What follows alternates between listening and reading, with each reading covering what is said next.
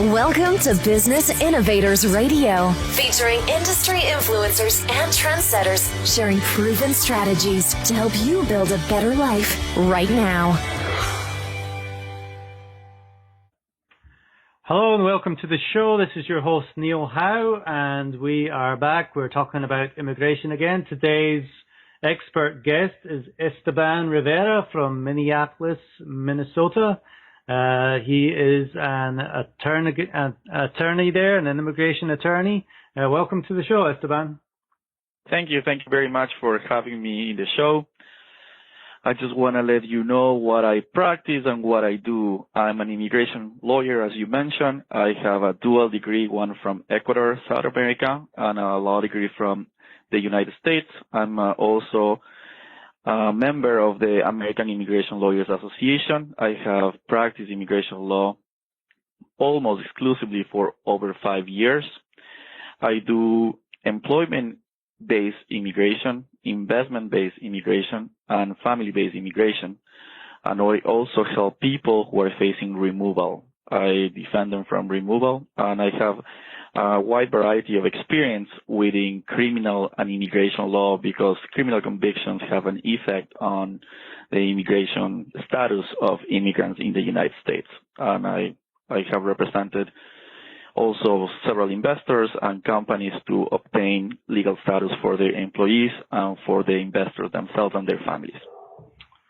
That's great. So you've got a lot of experience dealing with people in Minnesota, and I'm sure outside Minnesota area as well with immigration. Let's try and narrow it down a little bit here and tell me who do you see most of all in your office? Like who do you service most? You give me a list of different kinds of immigration issues that people are having, but let's narrow it down to the most common one. The most common ones, I have probably 60% of my clients are Hispanics, usually from Mexico, Ecuador, and Central America. I will say of those 60%, half are facing deportation because of a criminal issue, and half of them are petitioning for their relatives. They are petitioning for their spouses or their children or their parents. And in the other 40% of my clients, I also have investors who have a sufficient amount of money to invest in the U.S. economy. Through that investment, they obtain a visa or a permanent residency. And I also have a few companies that I represent, and I obtain visas, work visas for their foreign employees. But mostly, to answer your question, are people, individuals, Hispanic individuals facing deportation or trying to obtain a visa for their relatives. Okay, well, let's. I want to really concentrate here on the removal and the criminal charges, but let's touch on the business for a moment here. You said 60% of your cases are Hispanic. Does that also relate to the business section too? Yes. I have several clients from Mexico and Ecuador and also Costa Rica who come to the United States and invest. There are two main programs to immigrate to the United States through investment. One is called EB-5. If you invest $1 million or $500,000 in a targeted area, you can obtain a permanent residency for you, your spouse, and your children under 21. This investment needs to create 10 full-time employments for U.S. workers, not including the investor or his or her relatives. So if they obtain that, they could get a permanent residency in the United States. Mm-hmm. The other program is the E1 and E2 visa, which is, there is not a actual number that you need to invest. There is not a threshold in terms of the dollar amount, but usually it's recommended over $200,000-$300,000 to invest, and the person can be an investor or an employee of this company, and the spouse of that person will obtain an E visa too, as well as the children under 21. Mm. So and with those two programs. Yeah, they're both very good programs. You know, I love when we're really bringing that money in and bringing people in and stimulating the economy and creating jobs.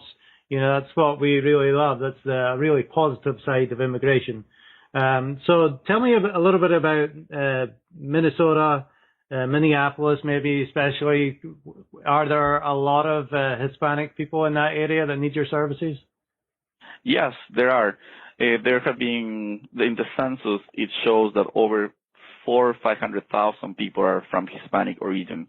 And there is a large amount of Ecuadorians. I'm originally from Ecuador. I studied law there, and there are about 80,000 Ecuadorians. It's the second largest group of Hispanics in Minnesota. The first are Mexicans with over 250,000, and then Ecuadorians with over 80,000, and then people usually from Central America are the rest. Mm-hmm. So there is a large amount of Hispanics in Minnesota, especially in the Twin Cities, and where the meat packing companies and the agriculture companies are located around the Twin Cities.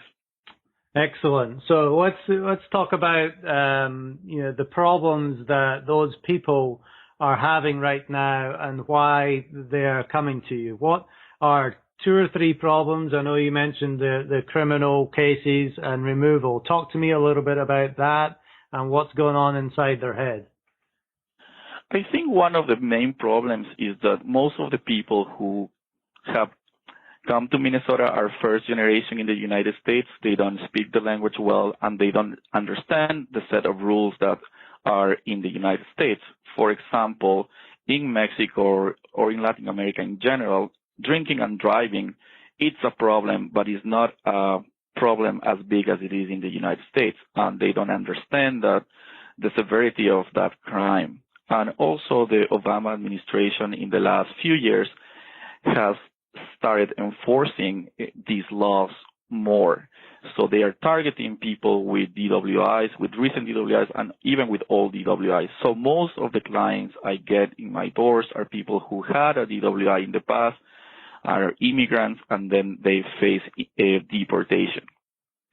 So I think one of the problems is the lack of education and the lack of understanding of the rules in the United States. That will be one. There's another problem that there is that they might be eligible for certain benefits, immigration benefits, through a family member or through certain visas, but they are not aware of that. So it's basically the same problem, but a different area of that problem, that they don't know that they could be entitled of an immigration benefit. For example, there is a U visa. This U visa is for victims of crimes. If a person was a victim of a crime, a listed crime, usually a violent crime, they could be entitled of a visa if they report that crime and help law enforcement to prosecute and to find the person who committed the crime. There could be also a U visas due to labor violations.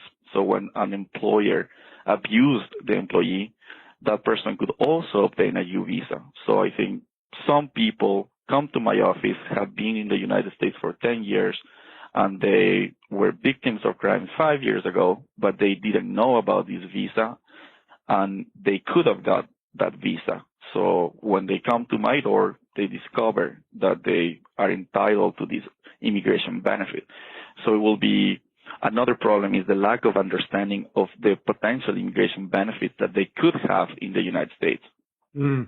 And there was a big problem last year, I guess, in Central America, where there was a lot of people coming over the borders and making their way through the country that were eligible for the U visa.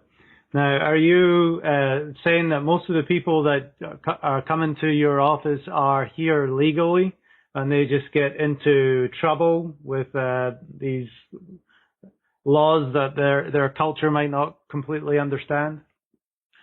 I think there is like a percentage of them that are here legally through a student visa or through a family member visa, and there are a percentage of people who cross the border illegally. But I think the common theme with them, with the ones who committed a crime, is that they don't understand the severity of certain crimes, especially drinking and driving. I think that's one of the most common crimes, that they don't understand that it is even a crime. Mm-hmm. So that's one of the main problems. And what you mentioned about Central America in the last few years has been a problem. A lot of minors with parents have been crossing the border because of the fear of gangs in Central America. That's true. And the Obama administration created an expedited calendar for these people to deter future migration from those countries. So it is a big problem. There were some detention centers in New Mexico and Texas, and those actions have been criticized by the media because they were living in not the best circumstances, these families with minors. So it has been a problem. I have got some of those clients, and now we are in the process of filing for asylum in certain cases, or also for a special juvenile status. That is another immigration relief available for certain people who meet certain requirements. So walk me through a typical case. Somebody's been caught with a DWI and they're coming to your office for advice. What happens? So first, I will need to read the NTA, the notice to appear. I will read that and see what the charges are. Usually most people, the only charge is that they are here illegally and that they have this criminal record, and that's why they want to deport them. So then I will proceed to ask them several questions to establish possible immigration benefits or possible reliefs.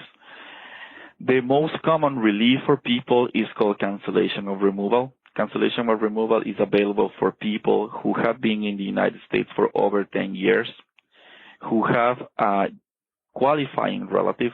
A qualifying relative is a spouse or a parent or a children who are U.S. citizens or lawful permanent residents.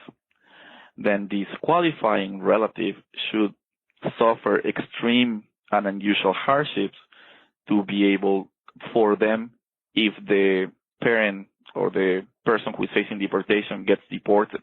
And the last requirement is good moral character. So I walk through those requirements and I ask if they have a qualifying relative, if that qualifying relative has a hardship, and if they have, in general, good moral character. If they have a DWI, that will go against their good moral character, but if it's the only offense in the last, let's say, 15 years, you can probably win that case if the person does not have too many criminal convictions. Then I will ask any other potential reliefs, like a UVs, as I mentioned, if they were victims of crimes, or if they have a relative who can petition for them, and if they are eligible for that benefit. Let's say they have a spouse, or have a children, or they have a parent. So there are some benefits or reliefs that have a common requirements. For example, the familiar relationship. And it goes back to education again. You know, if they're not coming in to see you and realizing that there are options, they do face deportation. Exactly. Yeah. A lot of people, I have clients who come here that I ask the questions and they respond the questions and they said, I tell them, you are eligible for this. And then they said, my cousin had a case very similar to mine a year ago, but he didn't consult with a lawyer and now he's back in Mexico. So it's possible that people get deported not knowing that they might have a relief. So it's important, if you are facing deportation, to consult with an immigration lawyer to establish if there is a relief for that deportation case and just not take the next plane and go. So there's many immigration lawyers all over the country and in Minneapolis as well. What would you say is your magic or expert ability that attracts people into your office, and how do you really help these people solve their problems? I think one of the main reasons why people come to my office is because I speak Spanish fluently. I'm an attorney from Ecuador, so I understand not only the language, but the legal implications of certain things and the legal language, so I can explain to them better. I'm also more available, or I I made myself more available than other lawyers. For example, I give to my clients my cell phone, and my email, my regular phone, and I always respond to my clients. I even text my clients. So I have had clients who come to me and say, "Oh, my friend who is your client told me that he has your cell phone and you're very good at responding back, and that's why I want to switch to you or want to have my case with you." And another reason is because I'm also an immigrant. I'm originally from Ecuador. I moved to the United States in 2007. And I was married to a U.S. citizen, so I understand how the process is and how frustrating the laws could be and the wait and all the other problems that the immigration system has in the United States. So I'm compassionate in that sense because I felt myself the pain of having to go through immigration process. Yeah, I definitely think that makes a difference. People want to be comfortable with somebody, whoever they're talking to, and obviously talking in their own language is going to make them comfortable. And they always want to make sure that you know what they're feeling and what they're going through as well. And if you've had the experience dealing with your own issues with immigration, then they're going to believe that you know what you're talking about and you're going to be able to help them. Now, within the Hispanic community especially, there is a lack of education about some of the immigration policies. But what are the one or two really big misconceptions about the service you provide or its results? I think sometimes people think that lawyers want to take advantage of them, or that they overcharge, or that they can do cases themselves. So, and I think to a certain degree, people can do cases themselves, but sometimes with immigration, it's so complex that a little detail, a little change, a little fact difference in their own case can make a huge difference and could cause for them to be placed in deportation instead of obtaining an immigration benefit. For example, something that is very easy to tell you right now, and people that probably should not apply, and they do it with without an immigration lawyer, and they might be in trouble, is, for example, there is this law called the permanent bar. For example, if a person comes illegally to the United States and returns, let's say, to Mexico, and comes back illegally again, and that person is petitioned by somebody, let's say that person marries a U.S. citizen, and they file the application, and immigration realizes that that's going on, that the person came illegally, let's say in 2000, went back in 2002, came back in 2003 illegally, and then gets married with the spouse in 2010, files for the petition in 2015, and then they discover that this happened. That person will not be able to arrange the papers, and the person will need to wait outside of the United States for 10 years. And there's obviously family separation and a lot of hardships that will cause. So for example, people could file themselves a case like that, but not knowing this law could cause way more problems to their family than not filing the case. For example, if a person like that comes to my office, I will explore a different option for them, but I will not continue an immigrant visa case that will separate their family for 10 years. So what would be a different option in that case? In those cases, there are not that many different options, but for example, a U visa, if the person was a victim of a crime, that person could bypass that permanent bar and not be subject to that permanent bar. So, for example, I had a few cases that I have done U visas instead of the petition because they were eligible for the U visa, and also eligible for a family petition, but the U visa didn't carry this risk. So we decided to go with the U visa. And I had some other creative ways to do it. For example, a U.S. citizen spouse was a victim of the crime, but the immigrant was married to that person. So I did a U derivative visa. Even though the person was a U.S. citizen, if the relative was an indirect victim of the crime and was able to obtain a U visa. So only by talking to an experienced immigration lawyer, you can know these things. And I think the misconception is that people can do it themselves, or that lawyers. I think there are a lot of different kinds of lawyers, but I think you should make sure to consult with a lawyer who knows what he's doing, or who knows what she's doing, and to accomplish the best possible solution. Yeah. Another misconception is like notarios. In Mexico and in South America, notarios are well known, but the difference is that notarios in Latin American countries are lawyers who have certain powers to notarize documents, and the notarization of a document in South America or in Latin America have bigger implications than the notarization of a document in the United States. The notarization of a document in the United States just shows that the person who says he's signing is that person, period. In Latin America, signing like a notarized document also shows that the document complies with legal requirements mandated for those documents. For example, for a sale of real estate. So if the notary signs that, it also means that that contract has all the clauses that are necessary to achieve that.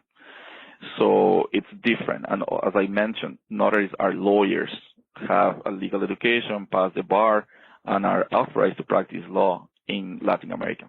But some people...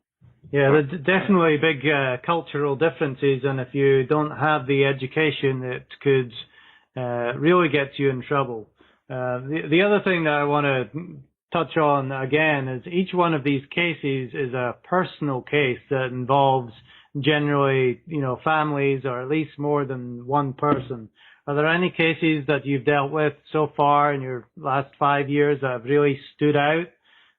Tell me how it started, what the problems were, how you were able to help, and what the end result was for the person or the family. Yeah, I will tell you, there was this case that there was a family, they were from Ukrainian origin, and there was a very large family, and the person who was in removal committed a theft, and he pleaded guilty to a theft, but he didn't have a criminal defense lawyer who knew the implications of pleading to that crime, and he had several other crimes. But at the time, there was this new case from the Supreme Court, the U.S. Supreme Court, called Padilla v. Kentucky, and that case basically says that criminal defense lawyers must advise immigrants about the immigration consequences. Otherwise, their representation is not valid, and they could vacate the conviction. So because of that, because my client was not aware of the immigration consequences, I was able to vacate 3 convictions, and that made him eligible for cancellation or removal. With those convictions, he was not eligible. So what stuck in my mind is how helpful was his family and how united was his family. When we went to a hearing, 20 or 30 people of his family showed up to the hearing. And I think that resonated with the judges and the importance of these people, of this person to stay in the United States. He faced persecution in Ukraine before he came because of the communist regime. And so because of that, I think he was, because the law was on his side, he was not advised of the immigration consequences. And then the criminal judge was able to see that the consequence of having that crime in his record will get that person deported. And he had a lot of support from his family. He was able to vacate those crimes. And in immigration court, we were able to win a cancellation or removal case. Also, the immigration judge saw the family support, and it's important. I really think what you said is true. The immigration is not just about a case or just a bunch of paperwork. It's about a family. It's about a real person who might not be able to stay with his or her family ever again. I had another case which was very difficult for me. I had to advise a lady to go to jail for 90 days instead of otherwise she would have been deported. So the prosecutor, she was facing domestic violence case. Domestic violence case where she was going to either be sentenced to a felony or to a misdemeanor. If she was sentenced to a misdemeanor, she had to go to jail for 90 days. If she had the felony, she would have been able to walk away and be with time served. But I had to advise her to take the 90 days in jail for her to be eligible for cancellation of removal. So the decision for her was either being in jail for 90 days without her minor children or being eligible to stay for the rest of her life. So at the end of the day, tough decisions, exactly. But you got to do what's best for the long run. Well, Esteban, we've got a lot of quality information from you today. Is there anything else that we haven't really talked about yet that you'd like to mention? Yeah, I will say that it's important when you are facing any immigration issue or you have any immigration question to consult with an immigration lawyer to establish what will be the best route for your case or the case of your relative. I think that's the only thing I want to emphasize to make sure there is not an option that you haven't explored to solve an immigration question. Right. And, with immigration changing all the time, you've got to stay up with it to realize what all the possibilities are. And I don't think anybody can really do that themselves unless they're studying it full time. So very important to contact a professional immigration attorney like yourself. So how do people get in touch with you? They can call me anytime. My cell phone number is 763-442-5467. Again, 763-442-5467. Or they can contact me via email. My email is Esteban at riveralawllc.com. That will be E-S-T as in Tom, E-B as in boy, A-N at RIVERALAWLLC.com. And you can also visit my website at www.riveralawllc.com. That is www.riveralawllc.com.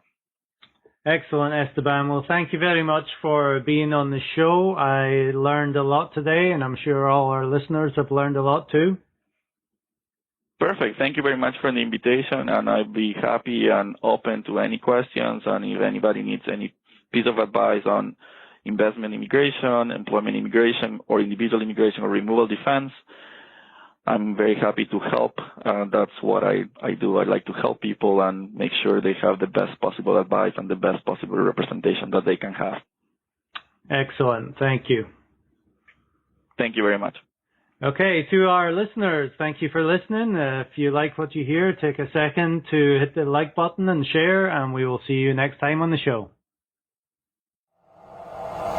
Thanks for listening to Business Innovators Radio. To hear all episodes featuring leading industry influencers and trendsetters, visit us online at businessinnovatorsradio.com today.